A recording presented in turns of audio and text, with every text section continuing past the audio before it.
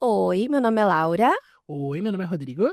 e hoje a gente vai falar sobre as contradições que atravessam a formação de nós, psicólogos.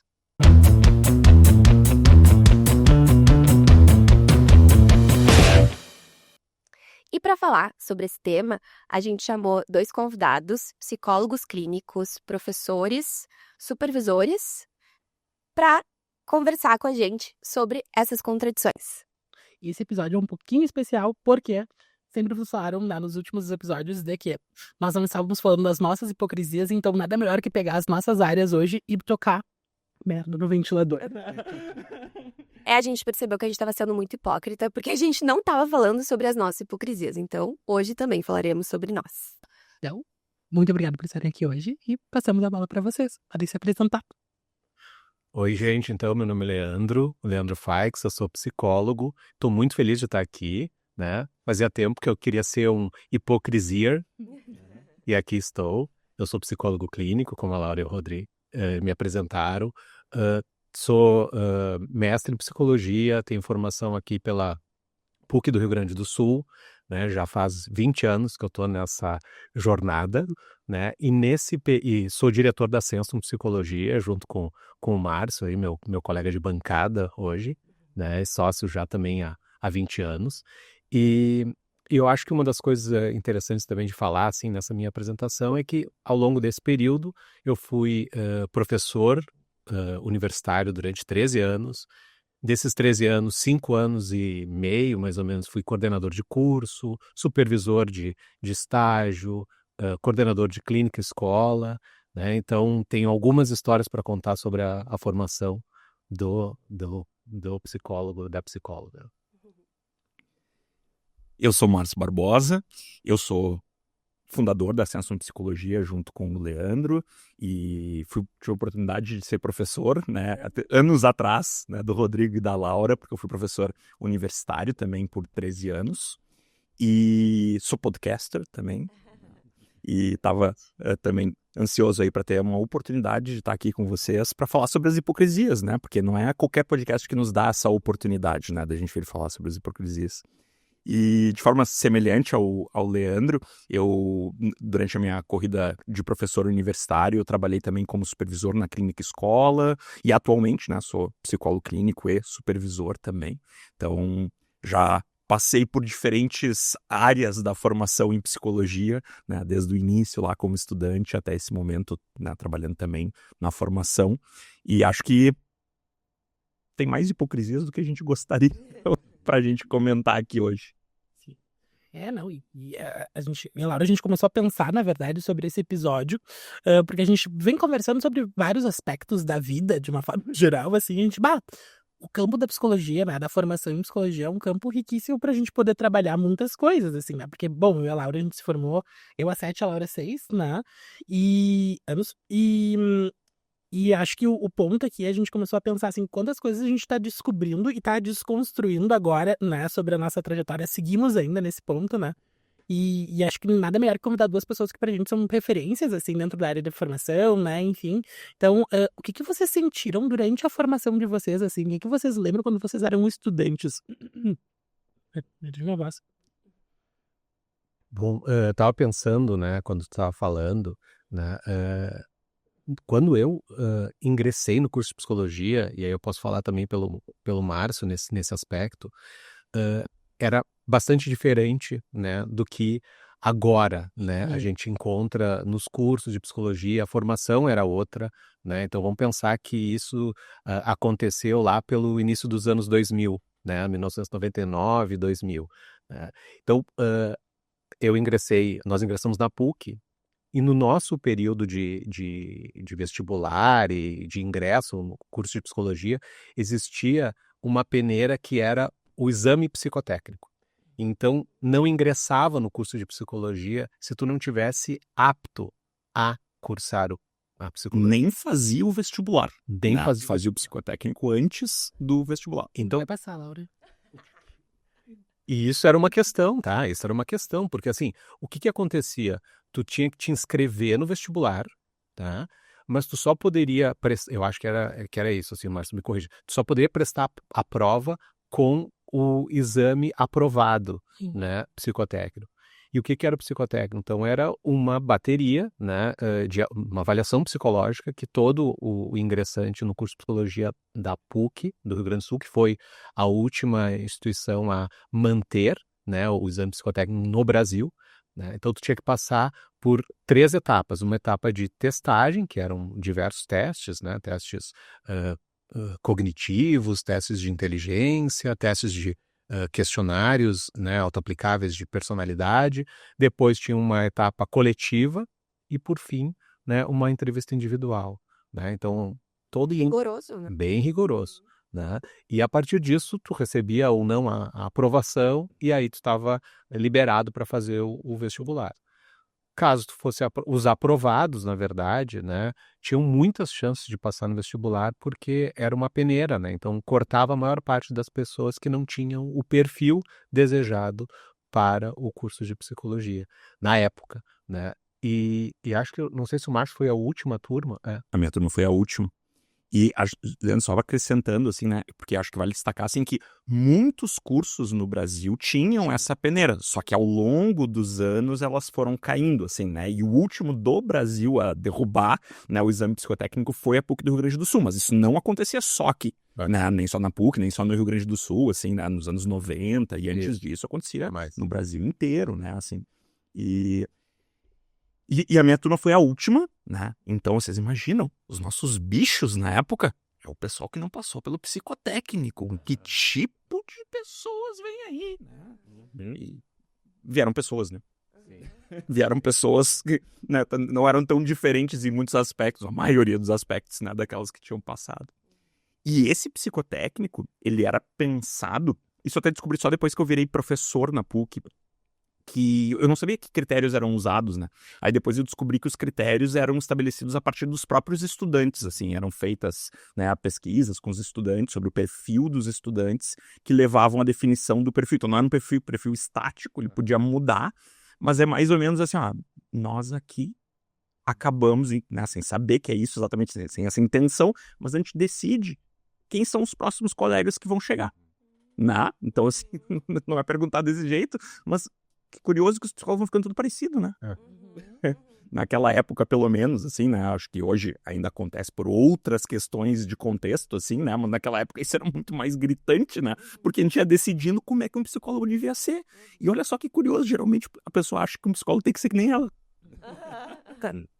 Era um congresso, assim, né, que ou permitia ou não permitia.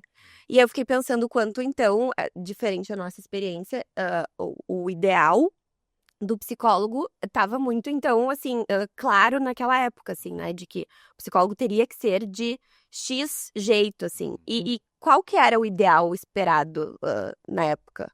O que vocês escutavam também sobre isso? Era uma pessoa calma, prudente, enfim, como é que era esse perfil? É uma boa pergunta essa, né, de pensar assim, porque eu acho que não era tão, eu não me lembro disso ser assim muito propagado ou muito verbalizado, assim, esses deverias, assim, né, mas o que a gente via era um perfil, né, mais tranquilo ou mais centrado, né, talvez menos combativo, né? Então, as turmas, de um modo geral, elas eram muito parecidas nesse sentido, assim. A minha experiência, né, o que eu lembro é que eram o pessoal bastante dedicado, né, e tinha uma certa competitividade velada, assim, né? Enfim, mas não tinham grandes polêmicas. Eu lembro que as polêmicas elas começam, né, a aparecer mais para frente, assim, no curso, assim, né? E como o Leandro disse, né, isso não era falado no curso, assim, um psicólogo tem que ser assim ou assado numa característica pessoal, vamos dizer. Mas eu tenho a impressão, olhando assim, que o pessoal favorecia, vamos dizer, um perfil mais contido, mais pro hiperregulado, né, assim, características desse tipo. Eu lembro que eu brincava já quando eu tava na graduação, assim, que Skinner, Freud, Beck, talvez também, esse pessoal não tinha nenhuma chance de entrar no curso de psicologia, né? Esse pessoal aí muito diferentão, Seriam né? ativos, assim, né? Sky não tinha chance. Então, e tinha uma certa estética nisso também, né? Então, assim, não que não tivessem pessoas que tivessem que se vestissem ou que se comportassem de formas que destoassem da média, mas muitas vezes essa pessoa teve que vestir algum tipo de máscara para passar por essa primeira etapa, assim, sabe? E aí, eventualmente, depois, ao longo do curso, isso mudava. Tá no curso, né? Mas isso tu via essa diferença depois que o psicotécnico caiu, assim. As pessoas eram mais diferentes, esteticamente diferentes. Talvez internamente é gente, né? Essas pessoas. Mas, assim, esteticamente elas eram mais diferentes. Então apareciam mais esses estilos que chocavam um pouco mais na época. Seja pelo jeito de se vestir, pelo jeito de se comportar, né? E, às vezes, talvez um pouco mais essa coisa que o Leandro falou da pessoa mais combativa, do aluno. De novo, não que não existisse antes, mas era percentual pequeno, assim, né, do aluno que levanta o braço e, sei lá, briga com o professor, assim, tipo, contesta de uma forma mais feroz, às vezes até agressiva mesmo. É o melhor colega, não. O que dá polêmica. Quem dá cara à turma. Mas tinha um outro elemento que acho que é interessante trazer para pensar, que era o seguinte: além do psicotécnico, né, ser cobrado, né, e bem cobrado, né, não sei, acho que seria hoje o equivalente a sei lá, 1/3 de um salário mínimo, mais ou menos, por aí, né, uns R$500, sei lá, R$600. Acho que mais, tu acha? Isso era quase o valor da época, que era, tipo, sei lá, meio. Era bem caro. Tinha a questão, né, do curso ser no período da tarde ainda por cima, né? Então, assim, tudo isso, de certa forma, já, né, contribuía para esse perfil. Né? Então, o curso não existia curso noturno, né? O curso era das 2 às 7, né? Então, tinha uma questão assim, financeira, econômica também que contribuía para esse perfil. Né? E uma coisa curiosa também é que nós dividíamos e ainda é assim, né? Dividíamos o prédio com o direito, né? E a época em que a gente ingressa, então por essa questão de estética, tinha o perfil dos psicólogos e que era mais uniforme, né? E o perfil do direito, que também é, né, bem característico, né? Depois que abre isso, é que começa a circular mais diversidade, né? O que fica muito mais interessante também, né? O curso e os corredores e tudo mais. Tu lembra como é que era na nossa época, mais ou menos? Tava aqui pensando. Porque a gente não teve, né, o psicotécnico, a gente não... A gente estaria aqui. Nossa. A gente estaria não aqui. poderia cursar. Não. Mas eu lembro que, assim, tinha, na nossa época, como não teve psicotécnico, tinha pessoas de todos os tipos, né? Eu chegou então essa turminha. Mas eu lembro que em algum momento do curso a gente ia nichando. Por exemplo, eu fiz estágio em psicologia clínica. Então tinha o perfil dos alunos da psicologia clínica, né? Que daí eram esses hiperregulados, os certinhos, não que eu seja, mas enfim, tava ali, né? Tinha todo um estereótipo. Tinha o pessoal da psicologia social que se comportava de tal forma. O pessoal da psicologia escolar que ia pra tal tipo de comportamento mais dinâmico, né? A Laura entrou nessa. Então era um... E tu ia muito depois do final do curso, assim, né? Como tu vai se encaixando naquele tipo de perfil. É igual a mesma coisa para as abordagens também, né? Acho que tinha daí, então, o pessoal da psicanálise, o pessoal da TCC, o pessoal, enfim, da sistêmica, humanismo a gente pegou um pouco também. Então, tinham, como existe, né, assim, qualquer, eu acho que, curso, essa questão das tribos, né, dos grupos, assim. Isso. Mas era bem dividido e a gente andava em bando também, né? Porque eu lembro, quando eu fiz estágio na instituição, andava só com esse grupinho. Quando eu fiz em outro lugar, só com esse grupinho. Né? Então era mais ou menos assim que a gente se identificava, né? E o que vocês acham sobre isso, assim, sobre esse ideal que foi se construindo, né? Porque foi modificando, né? Na época de vocês era isso, na nossa época assim, né? O que vocês percebem que isso atrapalha ou ajuda na formação, né, do psicólogo, enfim? Tem uma questão que eu acho que também entra nessa questão de diferença de período, assim, que é na nossa época de graduação, o curso era muito voltado para psicologia clínica, né? E para quem está nos ouvindo, né, nós 4 estudamos na mesma instituição, né? Mas para quem não conhece, né, a PUC é a maior formadora de psicólogos do Rio Grande do Sul, assim, é um curso muito grande, né? Hoje ainda maior do que era na época em que eu e o Leandro cursamos, assim. E a formação era muito voltada para a clínica. No tempo de vocês também era, vocês na graduação, né? E hoje ainda é. Se às vezes comparado com algumas outras faculdades, universidades, mas já é bem mais eclética a formação do que era lá no início dos anos 2000, assim. Que era super voltado, assim, sei lá, 60% do curso era clínica, né? Hoje talvez seja, sei lá, 40%, né? Tô chutando, inventando números aqui. Mas isso por si só já vai dando uma diferença também de, assim, quem é o psicólogo? Né? O psicólogo que não é clínico, ele já era meio destoante naquela época, assim, né? Naquele curso, de novo, né? Brasil afora, a gente tem outras culturas ali, né? Mas hoje já é um pouco diferente, ainda que tenha bastante disso, assim, já tem um pouco mais dessa diversidade que vocês falavam, né? De que tem diferentes tipos de psicólogos que trabalham em diferentes tipos de áreas, de tribos diferentes. Na nossa época, Leandro, não sei se concorda, mas acho que as tribos eram mais assim, o pessoal da psicanálise, o pessoal da TCC, o pessoal do humanismo, né? Então, assim, daí o pessoal do humanismo e da psicologia social, eles se sobrepunham em grande parte, né? Assim, às vezes era a mesma turma que gostava das duas áreas e tal, mas, tipo, não tinha como a pessoa não ter uma referência clínica de alguma forma, né? De abordagem, de estilo, de preferência. Mas acho que tem algo que é humano, que é essa tribalização, assim, né? Tipo, isso muda com o tempo e acho que tem questões geracionais em que no início dos anos 2000 ainda era mais legal tu ter a tua tribo, talvez, do que hoje, em que é legal... Às vezes é legal não ser de tribo nenhuma, né? Ser de tudo um pouco, no sentido assim, eu circulo entre vários estilos e pessoas, né? Naquela época acho que era importante, talvez ainda mais importante do que hoje, essa afiliação, assim, né? Pra fazer parte de um grupo, enfim. Mas eu acho que vai criando muito, né, essa questão do, de novo, perfil, quem é o psicólogo, que características ele tem que ter, e se eu não tenho essas características, não é que, às vezes é uma coisa não é que eu não possa, sei lá, que o meu perfil não seja para trabalhar nessa área da psicologia, meu perfil não é de psicólogo. Que bom que você trouxe esse assunto, assim, porque isso faz eu pensar, né, e sobre a formação mesmo do psicólogo.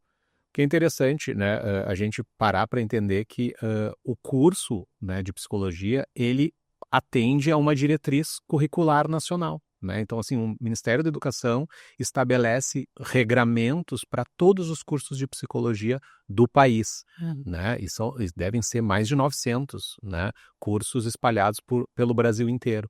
E tem as suas características, né, regionais, embora exista, né, um regramento, né, de que os cursos devem atender um núcleo comum, uma formação generalista, né, e devem oferecer ênfases curriculares, né, que não são especializações, né, são só identidades mais especificidades, né, que atendem também, que possam atender essas regionalidades e características específicas.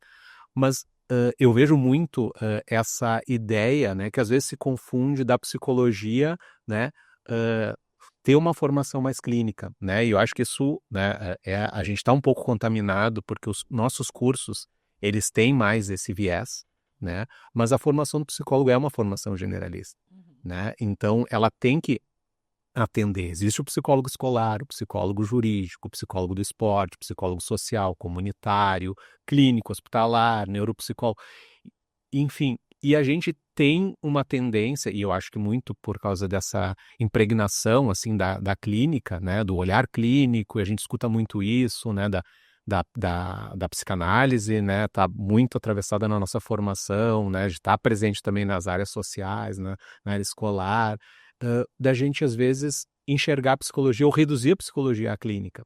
E eu vejo isso como um problema, né? Eu acho que essa é uma hipocrisia da nossa formação, sinceramente, né? Porque... Number one. É uma, né?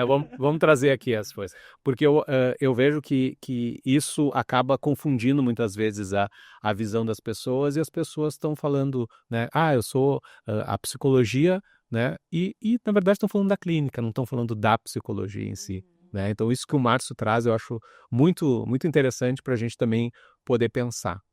E aí eu estava falando, né, sobre essa formação mais generalista, né, e sobre o quanto que, né, a gente via também as abordagens, né, e geralmente são abordagens mais clínicas mesmo, né, as tribos elas se distribuem por aí, E esses dias eu estava lendo caiu no meu colo, né, depois do convite de vocês aqui, um levantamento que foi feito assim nos cursos de psicologia, um mapeamento das formações, né, do Brasil, só no Brasil.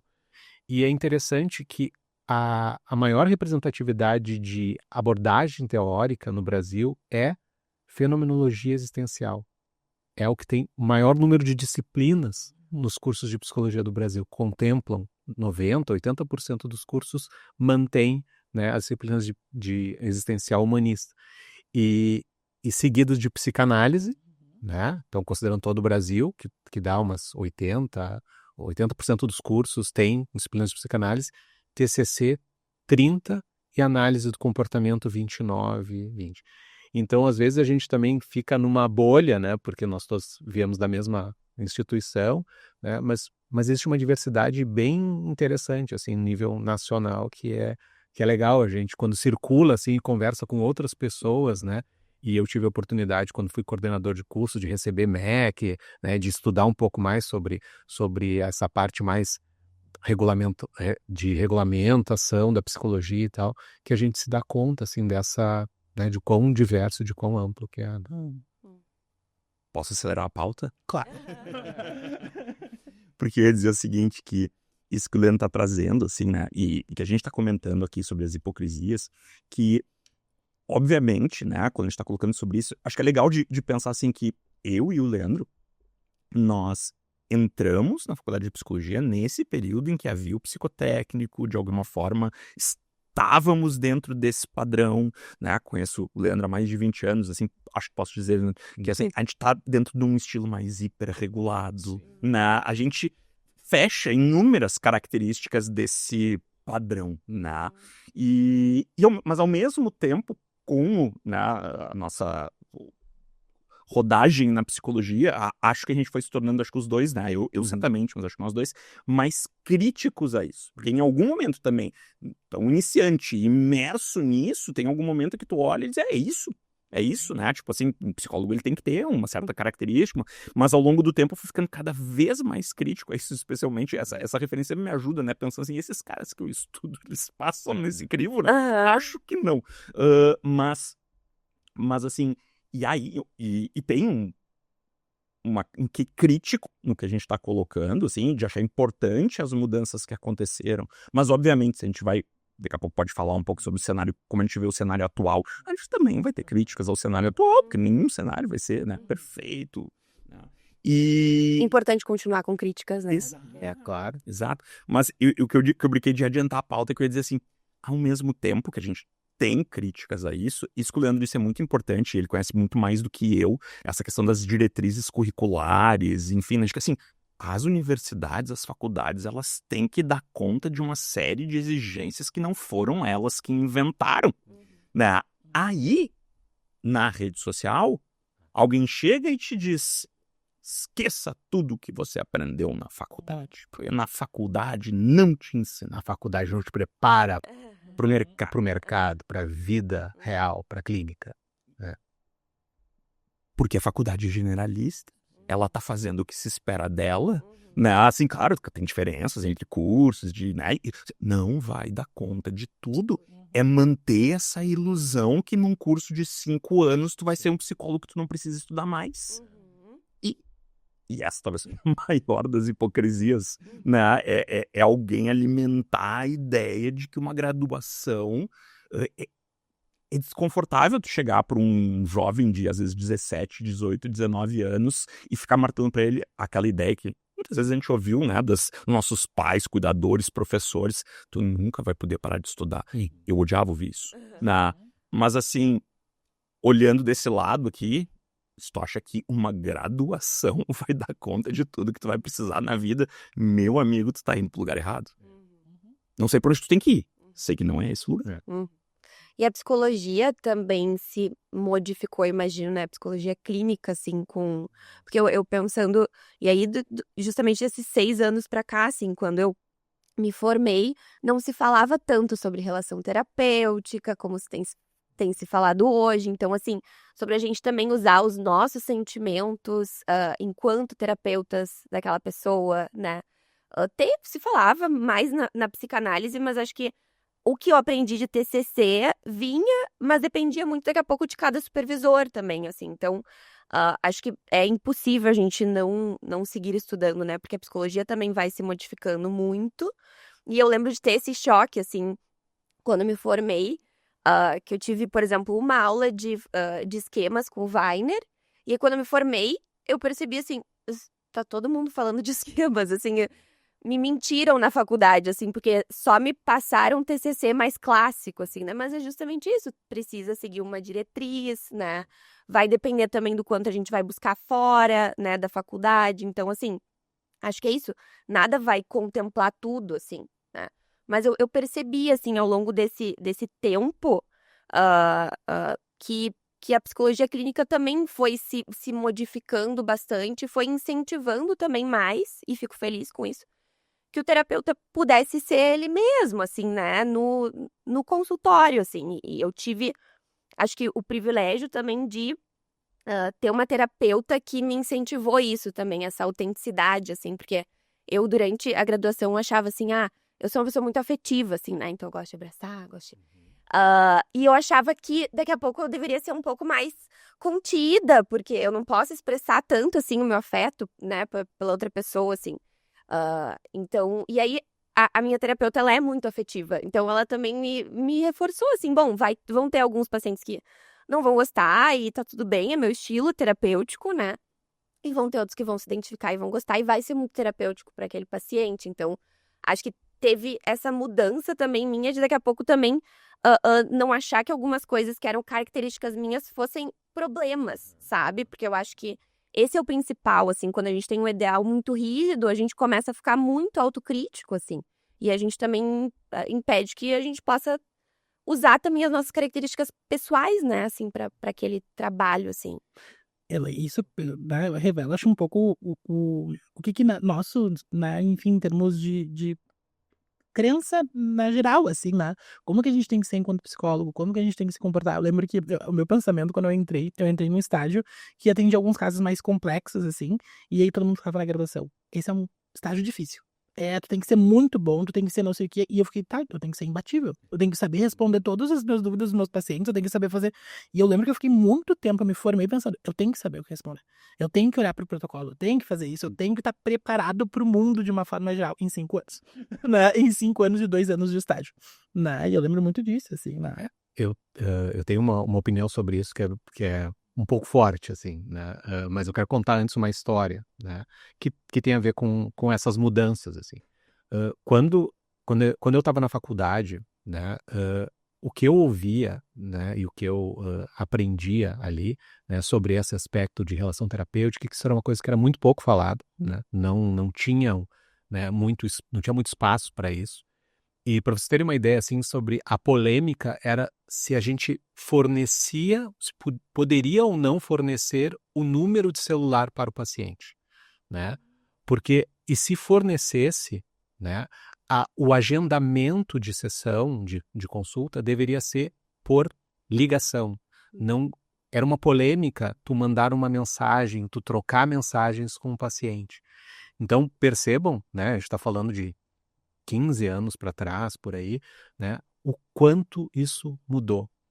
E uma outra coisa que eu lembrei, assim, enquanto tu estava falando, Laura e Rodri, é que não existia a quantidade que existe hoje, né? De cursos, de formações, de treinamentos, né? Então, o que tem hoje é uma coisa insana. Né? É uma avalanche de opções, né, que faz com que as pessoas fiquem mais inseguras ainda, se sentindo mais insuficientes. Né? Na minha época, ou na nossa época, tu tinhas uma formação, uma especialização para se fazer na área, né, clínica e tal, de TCC. Na psicanálise tinha mais opções, mas era o mesmo percurso, assim, era um percurso de formação de alguns anos, e ponto final, né? E o resto estava em congressos e livros. Então, nós somos de uma geração, assim, né, da clínica analógica, né? Eu gosto de usar essa metáfora, assim. Então, onde tudo era mais devagar, né, mais consistente, né, com um pace mais tranquilo. E isso dava, claro, era um exercício de paciência e de frustração, de tolerância a essa frustração, mas ao mesmo tempo te dava um pouco mais de tempo para digerir as coisas, né, para poder, né, se desenvolver, né, como terapeuta, como clínico, né, e desafiar algumas dessas coisas. Então, quando tu diz assim, a minha autenticidade, a autenticidade era uma coisa que a gente descobria ao longo do percurso, né? Porque tu era podado de alguma forma, tinha muito regramento assim, do que pode, do que é esperado, do que não é esperado. E aí chega, né, especialmente a pandemia, né, a digitalização, as redes sociais, e arrebenta com tudo isso, né? Depois disso, né, a gente começa a olhar, né, porque né, não quero acelerar a pauta, né, mas posso acelerar, porque com isso, né, com a pandemia, né, a clínica, ela vem para dentro das nossas casas, né? E a nossa intimidade está exposta, então a autenticidade está ali, né? Então isso eu acho que foi uma revolução assim para todos os terapeutas, né? Porque quem não passou por isso, né, não sobreviveu, ficou para trás. E como é que foi pra vocês também estarem mais expostos enquanto, né, nesse papel de psicólogos, assim? Uma coisa que eu tava pensando aqui enquanto o Leandro falava e que tem a ver com a tua pergunta, eu acho, que eu ia dizer assim, eu acho que na graduação, no período de vocês de graduação, assim, né, então já nos 2010 ali, né, o talvez fosse menos polêmico um pouco essa questão de trocar mensagens com o paciente, mais ou menos, né? Porque no período de estágio isso dava polêmica, se o estagiário podia, não podia e tal. Acho que até hoje talvez ainda dê um pouco, porque o estagiário também, alguém não tá formado e tal, talvez seja um ponto um pouco mais, né, cinza nessa história toda. Mas acho que mesmo que eventualmente vocês tenham passado ou visto colegas passarem por isso, né? Posso, não posso, como é que é e tal. Acho que ninguém tinha muita dúvida, se no dia que eu me formar, eu vou passar um meu número com o paciente, porque, né, isso vai facilitar as nossas vidas, né? Mas então acho que já era uma fase diferente, assim, disso, né? Mas eu ia dizer, assim, que eu esqueci a pergunta. Como é que foi pra vocês se sentirem mais expostos? Expostos, boa. Isso eu acho bem interessante, assim, porque foi muito lento e gradual. Pra mim, médio. A pandemia acelerou tudo, é verdade, eu concordo com o Leandro. Mas assim, acelerou, tá? Mas eu já vinha num processo.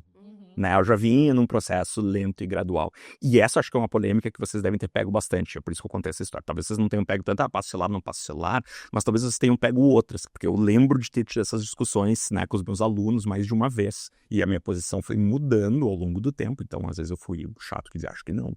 Não, mas até fui mudando. E rede social?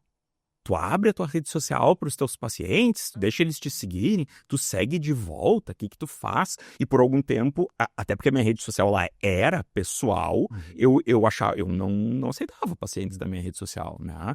Com o tempo, eu fui mudando essa percepção. Também fui mudando a minha rede social, né? Eu também fui, né, cada vez mais transformando ela em algo misto entre o profissional e o pessoal. Então até expunha coisas pessoais, mas sabendo que tinha algum limite nisso, porque tem pessoas aqui me seguindo que me acompanham pela minha vida profissional, e com o tempo eu transformei ela em algo totalmente profissional. Não que eu não mostre às vezes coisas da minha vida pessoal, mas eu sei que quem me acompanha na sua quase totalidade, né, são pessoas que me acompanham pela minha vida profissional. Então até o que eu exponho da minha vida pessoal é olhando sob essa perspectiva, assim, né.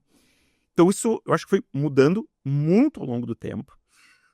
Mas pra mim, na minha... E aí vou fazer um gancho, vou dar uma volta, mas... Porque assim...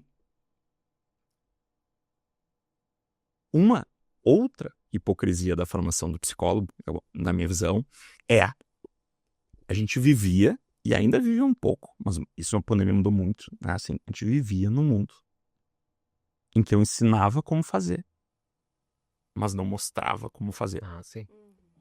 O que psicólogo tem... Tô generalizando. Obviamente, toda generalização, né, é burra nesse aspecto aí, não vale pra todo mundo. E tem níveis nisso. Mas assim, a gente costuma ter muito medo de mostrar como a gente faz. Sim. Então, ser observado numa sala de espelhos, como acontece em algumas, né, locais de formação, ser filmado e mostrar um vídeo pro supervisor do meu atendimento, claro, sempre com autorização do paciente, blá, blá.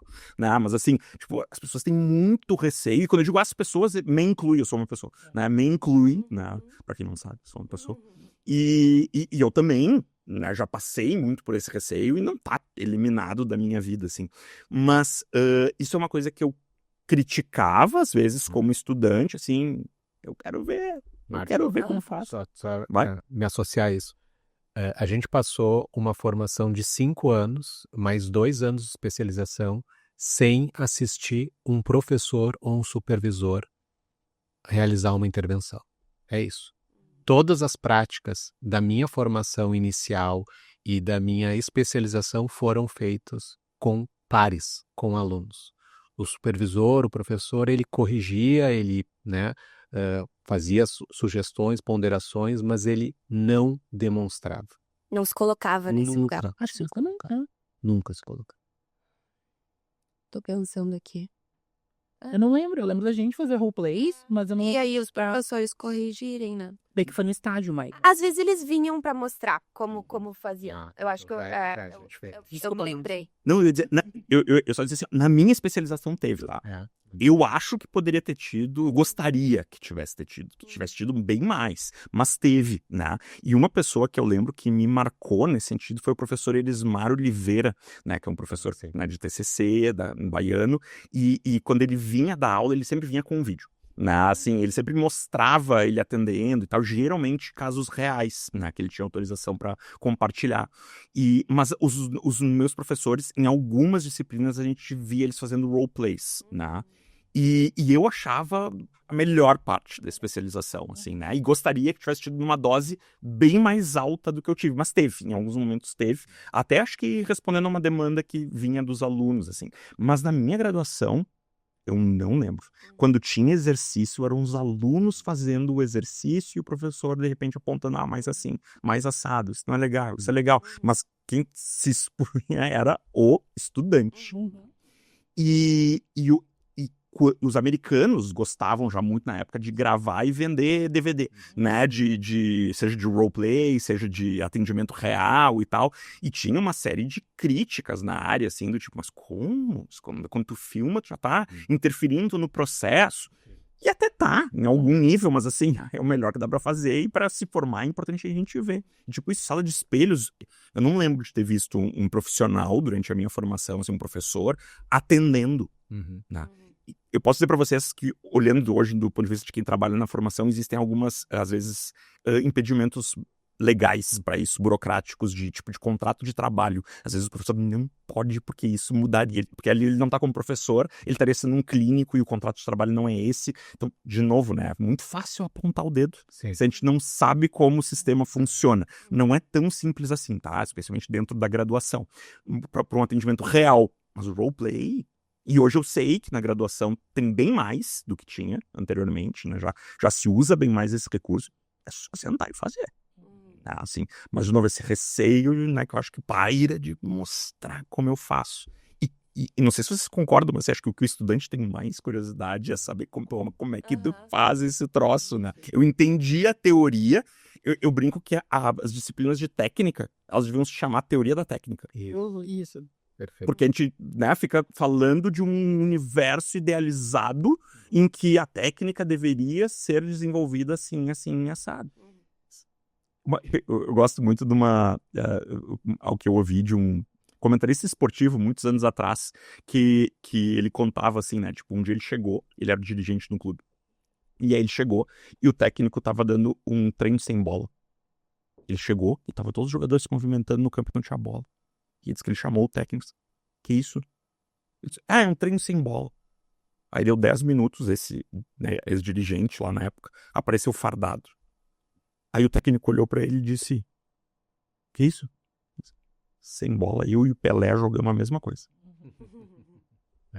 Deixa eu entrar em campo. Então, assim, na teoria, toda intervenção funciona. Tem uma lógica, às vezes tem evidência, inclusive... Como faz quando o meu cliente não é o do livro? E os meus não eram, não sei de vocês. Não são. Eu acho que fico pensando o quanto também, e daí a hipocrisia da psicologia, o quanto a gente fala de vulnerabilidade, de sofrimento, e quanto a gente tá disposto a se ver também nesse lugar, assim, né, pelo outro durante a formação, assim, daqui a pouco, quanto os professores também se permitem ser vistos como falhos, né, pelos alunos, e quanto a gente cresceria com isso, assim, né, fico pensando, porque das aulas, Márcio, que eu lembro tuas, assim, foram as que mais me marcaram, foram os momentos que também tu falou sobre teus medos, tu falou sobre e aí eu vi, sabe, também o Márcio é uma pessoa, né, porque ele sempre coloca no lugar de professor, e eu acho que como justamente tem esse lugar, assim, né, de, bom, é uma pessoa aqui que tá pra me ensinar algo que eu não sei, né, então, assim, eu acho que a gente poder se colocar num lugar mais humano, e o quanto a gente não se coloca muitas vezes, né, durante a formação, talvez seja a nossa maior hipocrisia, assim. Se a gente pensar na clínica, por exemplo, então, assim, vamos fazer exposição, né? A gente não se expõe nada na nossa formação. Sim, nada, né? Eu lembro de eu vou ler o livro, eu vou ler o capítulo, a gente vai discutir aqui no seminário e tá tudo certo, né? Assim, eu não vou precisar fazer aqui. Claro, precisa ver algumas vezes que eu tive que fazer, mas é isso, assim, né? Todo mundo com medo. E eu lembro que era tipo assim, o Márcio era meu supervisor ali no seminário, e ele falou assim, quem é que quer fazer? E todo mundo ficava assim, não vamos entrar no roleplay. Daí ele tinha que escolher, né? Sei. Mas, de novo, é compreensível, ainda mais se tu não tem modelo. Exato. Né? Porque é uma exposição, tu mostrar, né, o que tu já entendeu, ou como tu entendeu, ou como tu faria, ou como tu faz, né? Mas, assim, quando tu tem um modelo de que, assim, é um ambiente colaborativo de aprendizagem e tal, eu também falho, fica muito mais fácil para quem tá aprendendo também topar, né? Agora, quando tu não tem esses modelos, realmente vai ficando uma coisa assim, meu professor atende e não erra nunca. O cara do livro que eu li atende e não erra nunca. Eu vou atender aqui e vai ser imperfeito? Tipo, putz, eu sou o único psicólogo que erra, né? E nisso tem um livro, um capítulo de um livro que é muito legal, eu várias vezes recomendo, que é um capítulo da Marsha Linehan, no livro do David Barlow, em que ela fala sobre o tratamento da terapia comportamental dialética, e ela vai ensinando os meios, né, de intervenção, os processos, né, de intervenção e tal, e no final do capítulo, ela conta que essa paciente que ela usou de exemplo o capítulo inteiro cometeu suicídio. Tipo assim, eu nunca li um outro capítulo ou livro de um terapeuta super referência mundial se vulnerabilizando dessa forma, assim, né? Então, acho que isso é super importante.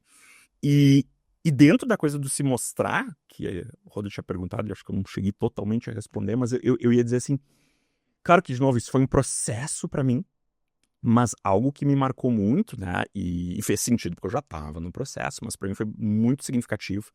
Eu trabalho com terapia de aceitação e compromisso, né, Leandro também, enfim. Em 2013, a gente estava fazendo um workshop, o Leandro estava também, né, sobre terapia de aceitação e compromisso, e o professor, né, que estava ministrando o workshop, se mostrou de uma vulnerabilidade que eu nunca tinha visto. E depois eu já vi várias outras pessoas que também fizeram isso, porque está muito presente dentro desse universo das terapias contextuais, que o workshop é sobre fazer, não é da aula. Tem conceito, óbvio, mas assim, é muito sobre faz. E geralmente o professor não se esquiva de fazer junto ou de dar um modelo, né? Mas pra mim, na época, foi disruptivo, assim, foi tipo, uau, tipo, que incrível. E eu lembro que eu dei esse feedback pro professor quando ele pediu feedbacks ao final, assim, que eu disse, eu quero poder ser um professor mais parecido com o que eu tô assistindo aqui. Né? Isso é importante para mim. E de fato, de novo, é uma construção, né? É uma construção para mim, mas eu me sinto muito mais realizado como professor, treinador, supervisor, podendo mostrar como eu faço, podendo falar sobre as dúvidas que eu tenho, podendo falar sobre casos em que eu tentei fazer e não foi maravilhoso, né? Em que às vezes foi catastrófico, assim, né? Foi horrível mas foi um processo importante, inclusive, dentro até da minha segurança como psicólogo, assim. Porque com 26 anos eu estava dando aula no maior curso de graduação, em termos de números, né, de alunos do Rio Grande do Sul, né, um dos maiores do Brasil. Pô, tinha 26 anos, entendeu? Eu morria de medo que aquelas pessoas olhassem para mim e dissessem, quem é tu? né, pra estar me ensinando alguma coisa. Faz 4 anos que tu clinica. Né? E, então, assim, eu ficava muito mais defendido, né? Quando eu fui me sentindo mais seguro nesse espaço de docência, eu também fui me permitindo, e quando eu comecei a ter mais modelos, então, quando eu comecei a ir para congressos de contextuais e ver caras como, sei lá, Kelly Wilson, né, que eu nem precisa ir em congresso, na verdade eu ouvi isso num podcast, adoro podcast. E ele contando, eu lembro de onde eu tava quando eu ouvi ele contando num podcast sobre internações psiquiátricas que ele teve. E eu lembro de que eu tava fazendo 2 coisas ao mesmo tempo, né? Fazendo alguma coisa enquanto eu ouvi o podcast. Acabou... Hã? Acho que eu ouvi errado, deixa eu voltar. E aí voltar em... Sério que o cara tá falando sobre ser dependente químico? Pode ser dependente químico e ser psicólogo. Né? E pode ser dependente químico e ser psicólogo referência mundial. Né? Assim, pode. Pode. Isso, essas referências me ajudaram muito a ir também me abrindo mais, especialmente na esfera pública, porque com os meus clientes eu sempre usei autorrevelações quando me parecia adequado, quando me parecia pertinente. Mas, de novo, né, isso acontece dentro das 4 paredes do consultório. Dizer para o mundo que é assim que eu faço e mostrar como fazer era algo que me dava muito medo. Quando eu comecei a ter modelos disso, aí a coisa começou a me trazer também um espaço de, sim, eu posso publicamente falar sobre isso. Sim. Eu acho que nesse quesito a minha trajetória é parecida com a do Márcio, assim, nem tem muito a acrescentar, assim, é que gradualmente eu fui me expondo, né, e fui entrando em contato com isso, e o que acelerou foi a formação e a aproximação com as terapias contextuais, né, onde a autenticidade é muito, muito trabalhada, muito estimulada, muito incentivada. Né? E obviamente que com isso, aos poucos eu também fui podendo trazer mais para a sala de aula, né?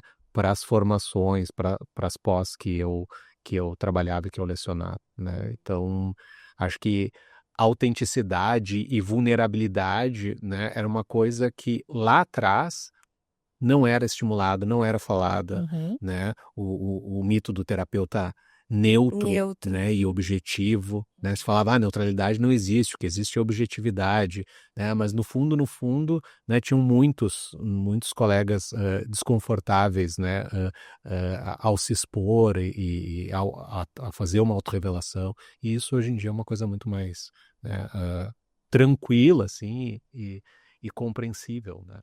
Até porque tu era punido do ponto de vista comportamental, né? Assim, por fazer isso, assim, tipo, não era bem aceito por muitos professores. Assim. E tu tinha menos exposição, né? Vou pensar, né?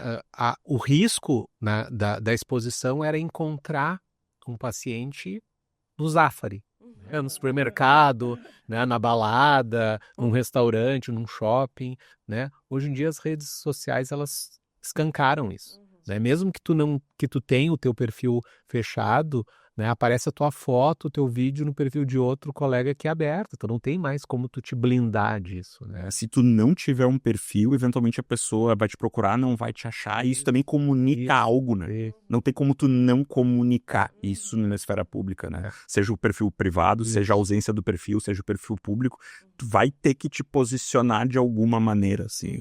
Sim. Agora, quando o Márcio tá falando da punição, vamos falar a verdade aqui, né? Eu lembro quando a gente era estudante, né? Quando um professor ou quando alguém, ou um colega mostrava algum tipo de vulnerabilidade, alguma coisa, né? Alguma dificuldade. Ai, meu Deus, mas como assim, né? Como é que ele tá fazendo isso aqui na frente de todo mundo, né? Como é que pode fazer? Eu falei já isso 1000 vezes. Né? Assim, não sei a Laura. Sim. Tá que assim, leva comigo. Né? E eu lembro disso, como assim, né? Como que isso pode atender? Como é que essa pessoa vai fazer isso? Como é que ela vai estar numa escola? Como é que ela vai estar numa, sei lá, seja o que for, assim, né? Essa parte crítica, nossa. Muito, muito, né? Que a gente vai aceitando sem enfim, ter uma reflexão sobre isso, assim, né? E a realidade tá um pouquinho diferente do que é o imaginário, do que se espera, assim, né? E a gente falou muito dessa questão do saber como algo também, a gente ficou pensando, né?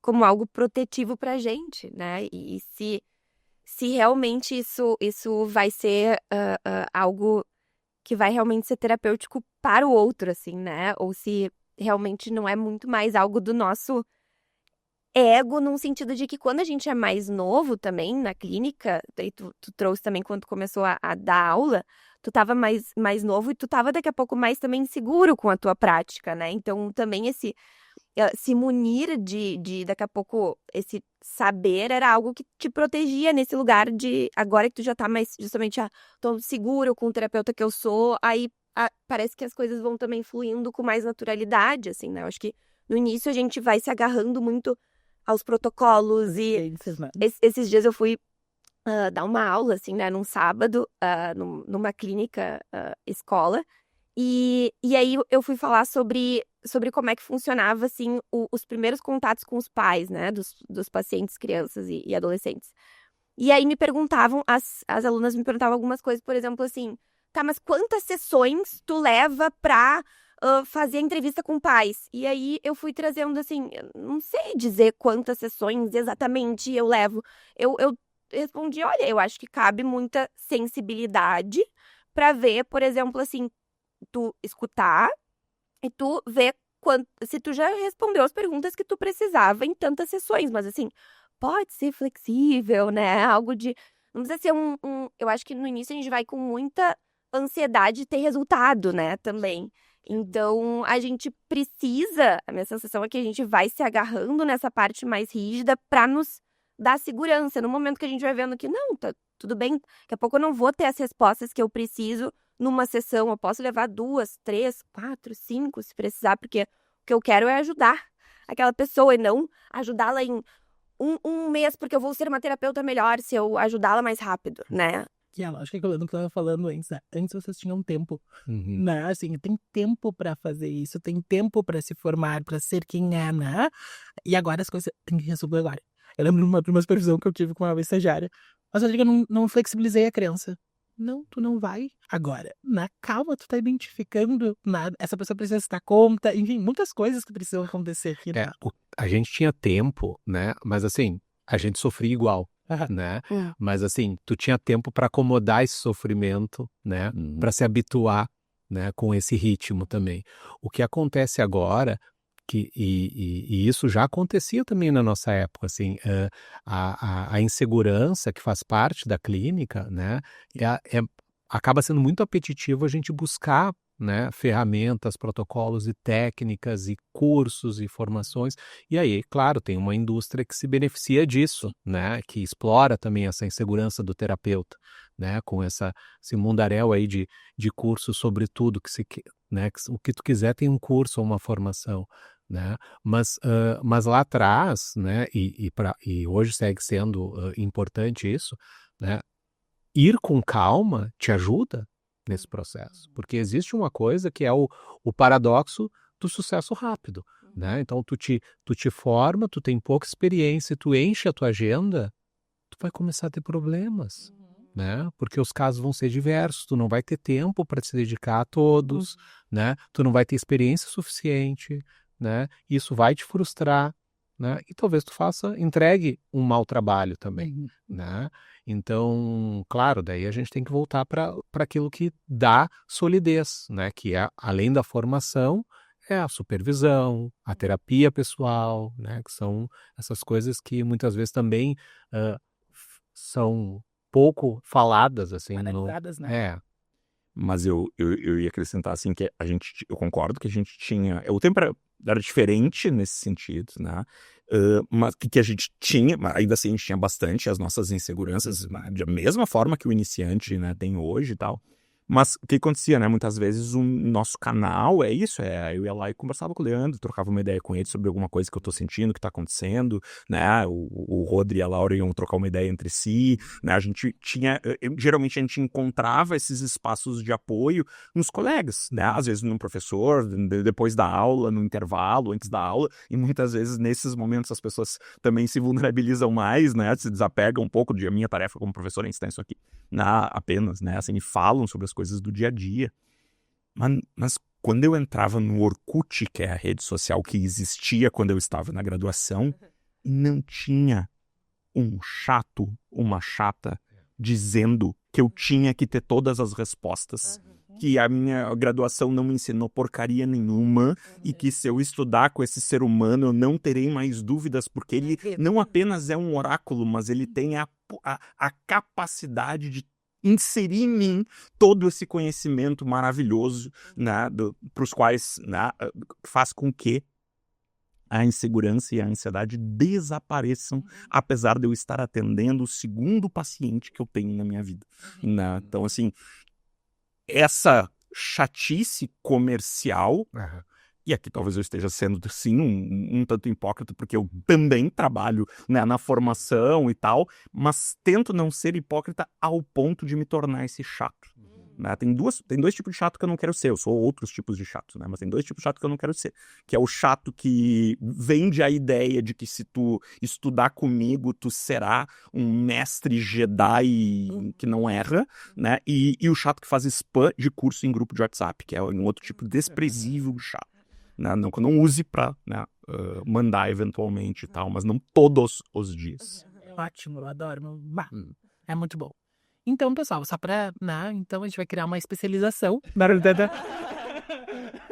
Vamos lançar Então, agora. nunca mais terá dúvidas. Se você quiser participar, responda nos comentários, eu quero.